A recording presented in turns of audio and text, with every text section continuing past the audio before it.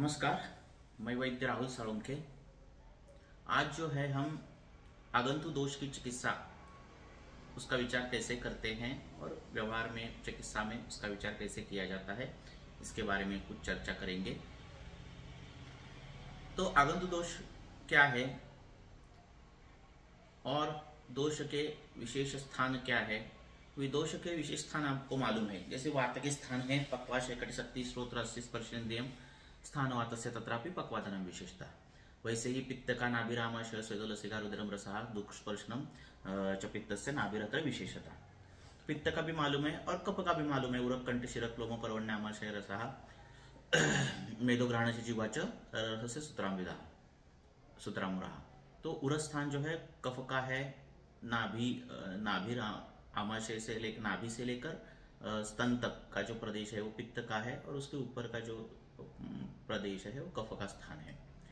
अब ये सब स्थान है जिस वात दोष का, पित्त दोष का, कफो दोष का, वो स्थान छोड़कर वात दोष के स्थान में अगर पित्त आ गया, पित्त दोष के स्थान पे अगर कफ आ गया, कफ दोष के स्थान पर वात आ गया, तो ये जो आने वाला दोष है उसको आगंतु दोष कहते हैं। तो उसकी चिकित्सा का सिद्धांत शास्त्रकारों ने दिया है, उसके बारे में हम चर्चा करने वाले हैं। तो उन्होंने बोला है अगर आगंतु दोष अगर बलवान हो, प्रबल हो, तो आगंतु दोष की चिकित्सा करनी चाहिए। अगर आगंतु दोष मध्यम हो, तुल्य बल का हो, स्थानिक दोष और आगंतु दोष तुल्य बल का हो, तो चिकित्सा जो है साधारण क्रिया करनी चाहिए। मीन्स आगंतु दोष की भी चिकित्सा और स्थानिक की भी चिकित्सा करनी चाहिए। और आगंतु दोष अगर अबल हो, कम हो, अल्प बल वाला हो, तो स्थान की चिकित्सा करनी चाहिए। स्थान की चिकित्सा करने के बाद वो आगंतु दोष की चिकित्सा हो जाएगी, ऐसे उन्होंने बोला है। तो व्यवहार में कैसे हम देखेंगे, ये हम उदाहरण देखेंगे और उसके आधार पर हम देखेंगे। जैसे कटि स्थान है पक्वाशय कटिशक्ति श्रोत्र स्पर्शेन्द्रियम। तो कटि स्थान जो है, कटि प्रदेश जो है वो वात का स्थान है। अगर उस वात के स्थान पर कफ आ गया तो क्या लक्षण दिखेंगे हमें? तो हमें दिखेगा स्तंभ लक्षण दिखेगा, स्तब्धता उधर दिखेगी, वहां स्टिफनेस दिखेगा। वो पेशेंट रुग्ण क्या बोलेगा कि मुझे स्टिफनेस होता है, जब मैं सुबह उठता हूं तो कमर मेरी अखड़ जाती है, कटिग्रह हो जाता है। तो ये स्तब्धता दिखेगी। और अगर ये स्तब्धता दिन भर हो, दिन भर उसको स्टिफनेस हो, जैसे एंकिलोसिस स्पॉन्डिलोसिस में होता है, स्तंभ वहां आता है, तो वहां पे हमें क्या विचार करना चाहिए कि कफ दोष ये आगंतु दोष है और वो वात के स्थान में गया है। अगर ऐसा है तो आगंतु दोष ये बलवान है, क्योंकि ये लक्षण जो है वो दिन भर उसको दिखता है। ये लक्षण उसको जो है वो प्रमुख लक्षण दिखता है। हाँ, इसका बल ज्यादा है कफ का। तो हमें आगंतु दोष की चिकित्सा करनी चाहिए। मतलब क्या कि हमें कफग्न उपचार करने चाहिए। पेट में कफग्न दवाइयां देना, कटी प्रदेश जो है वहां पे शुंठी जैसी, वचा जैसी दवाइयां जो कफग्न है, ऐसी दवाइयों का लेपन देना चाहिए। वहां हमें कटी बस्ती नहीं देनी है, वहां हमें बाकी की चीजें नहीं करनी। हाँ, वहां हमें आगंतु दोष की चिकित्सा करनी है। तो जब आप कफग्न उपचार दोगे, लेखन चिकित्सा करोगे, वहां पे लेप दोगे, तो वहां का ग्रह जाएगा, स्तंभ जाएगा, और वहां का आगंतु दोष की चिकित्सा होने के बाद वो कटी ग्रह जो है, स्टिफनेस है, वो पूरा की पूरा जाएगा। वहां पे तेल देने की जरूरत नहीं है, वहां पे बस्ती की जरूरत नहीं है। बस्ती ये वहां की स्थानिक चिकित्सा है, वहां की वात दोष की चिकित्सा है, पर वहां देने की जरूरत नहीं है। अब पेशेंट रुग्ण बोल रहा है कि मुझे कटी ग्रह जो है वो कभी कभार ही होता है, दिन में एक आध बार ही होता है। तो ये जो है वो तुल्य बल है कि कफ भी और वहां का वात दोष भी। कभी कभी शूल होता है, सुबह उठने के बाद स्टिफनेस आता है। ऐसे अगर हो तो दोनों तुल्य बल के हो तो आपको क्या करना है, बस्ती भी देनी है। और वात कफ शामक इस प्रकार के जो उपचार हम करते हैं उस प्रकार के उपचार आपको देने हैं। आप वहां बस्ती दे सकते हो, कटी बस्ती भी दे सकते हो। उसके बाद आप उसको स्वेदन देना है, क्योंकि स्वेदन ये कफ की चिकित्सा है, जो स्तंभ, गुरुता, जाड्यता, स्टिफनेस सब निकालने वाली चिकित्सा है। तो आपको अभ्यंग भी करना है वात की चिकित्सा और स्वेदन भी करना है कफ की चिकित्सा, तो ये आप कर सकते हो। रुग्ण बोल रहा है कि मुझे कभी कभार हफ्ते में कभी कभार ही स्तंभ महसूस होता है, नहीं तो मुझे शूल ही ज्यादा रहता है। तो इसमें जो है बस्ती चिकित्सा करनी चाहिए। इसमें कफग्न उपचार नहीं, वात शामक उपचार करने चाहिए, ब्रूहण आदि उपचार करने चाहिए। इस प्रकार के उपचार आपको करने चाहिए। तो इस प्रकार के व्यवहार में इसका जो है चिकित्सा करते समय ये बहुत ही महत्वपूर्ण होता है।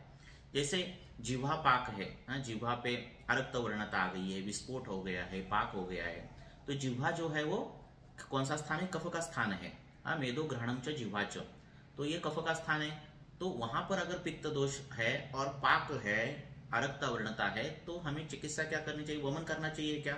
नहीं करना चाहिए। स्थान की चिकित्सा नहीं करनी चाहिए। हमें क्या करना चाहिए? वहां पे रक्त मोक्षण करना चाहिए, या फिर विरेचन करना चाहिए, या फिर पित्त शामक गंडूश करनी चाहिए, क्योंकि हमें आगंतु दोष जो बलवान है उसकी चिकित्सा करनी चाहिए। अगर कभी कभार इस प्रकार से हो रहा है, पाक आ रहे, मुखपाक आ रहे, तो स्थान की चिकित्सा जो वमन है वो करनी चाहिए। तो इसके हिसाब से आप दोष देखो, उसका बल देखो, और इसके हिसाब से चिकित्सा करो। कभी कभार क्या होता है कि आगंतु दोष बलवान होता है, जैसे कटी स्तंभ है, कटिग्रह है, स्टिफनेस है, और आपने कफग्न उपचार कर दिए, कटिग्रह गया, स्टिफनेस गया, और फिर वो पेशेंट बोल रहा है कि मुझे अभी स्टिफनेस कुछ भी नहीं है पर थोड़ा शूल है। तो इस प्रकार से अगर है तो स्थान की चिकित्सा करनी है, बस्ती करनी है, फिर वात शमन करना है। अगर पेशेंट बोल रहा है कि कटिग्रह गया और वापस से कई दिनों के बाद वापस से कटिग्रह आ रहा है, स्तंभ आ रहा है, तो आपको दोनों चिकित्सा करनी है। साधारण चिकित्सा जैसे कफ की भी चिकित्सा और वात की, स्थान की भी चिकित्सा करनी है, ये ध्यान में रखो। ये व्यवहार है, ये प्रैक्टिकल में इस प्रकार से विचार सब कुछ करने पड़ते हैं। जैसे देखो, आप कर्ण स्त्राव का पेशेंट आता है, तो कर्ण मेदो ग्रहण से जिह्वाच श्रोत्र अस्थि स्पर्शनेन्द्रियम है ना, तो कर्ण जो है वात का स्थान है, बराबर है। अब कर्ण में अगर स्त्राव आ गया तो ये क्या है? कफ का व्याधि है, स्त्राव है ना। इसीलिए उस कर्ण में हम कर्ण पूरण नहीं करते, कर्ण की चिकित्सा, वात की चिकित्सा तेल नहीं करते। क्या करते हैं? हम धूपन करते हैं, है ना। धूपन जो है वो रुक्ष है, उष्ण है, कफ शामक है, कफ का शोषण कर, स्त्राव शोषण करने वाला है, इसलिए धूपन चिकित्सा की जाती है कर्ण स्त्राव में, है ना। अगर कर्ण पूरण करना हो तो कफ का उपचार क्या है? क्षार है, इसलिए क्षार तेल डालने के लिए बोलते हैं। तो इसीलिए आगंतु दोष कितना बलवान है उसके मुताबिक चिकित्सा करनी चाहिए। और उदाहरण है जैसे कंठ है। अब कंठ किसका स्थान है? उरक कंठ शिरक्लोम पर्वण्यामा शेरसा, है ना। तो कंठ ये कफ का स्थान है, और अति भाषण या फिर कुछ जोर जोर से चिल्लाने के बाद अगर कंठ शूल है, वातज कास है, ऐसा कुछ लग रहा है, तो आगंतु दोष यहाँ कौन सा है? वात है, जो प्रबल है, जो ताकतवान है। तो वात की चिकित्सा क्या है? स्नेहन स्वेदन। तो वातज कास में आप देखो कि गले पर, कंठ पर तेल लगाना और गला सेकना, ये चिकित्सा आई है ना, क्योंकि आगंतु दोष बलवान है, इसलिए ये चिकित्सा आई है। अगर वो आगंतु दोष अत्यंत कम मात्रा में है तो स्थान की चिकित्सा क्या है? स्थान की चिकित्सा कफ की चिकित्सा है, तो कफग्न द्रव्यों का प्रयोग करना चाहिए। ऐसा आप चिकित्सा जब करते हो तो ये सब विचार आते हैं, क्योंकि देखो जब मूत्रदाह ऐसा लक्षण दिखता है और पेशेंट बोलता है कि दिन भर मुझे मूत्रदाह होता है, जब जब मैं मूत्र प्रवर्तन करता हूं तब तब मुझे मूत्रदाह होता है। अब देखो पित्त दोष जो है वो क्या है? प्रबल है ना, और वात के स्थान में गया है। अब ये पित्त दोष को कम करने के लिए हमें कषाय तिक्त मधुर रस का प्रयोग करना पड़ेगा।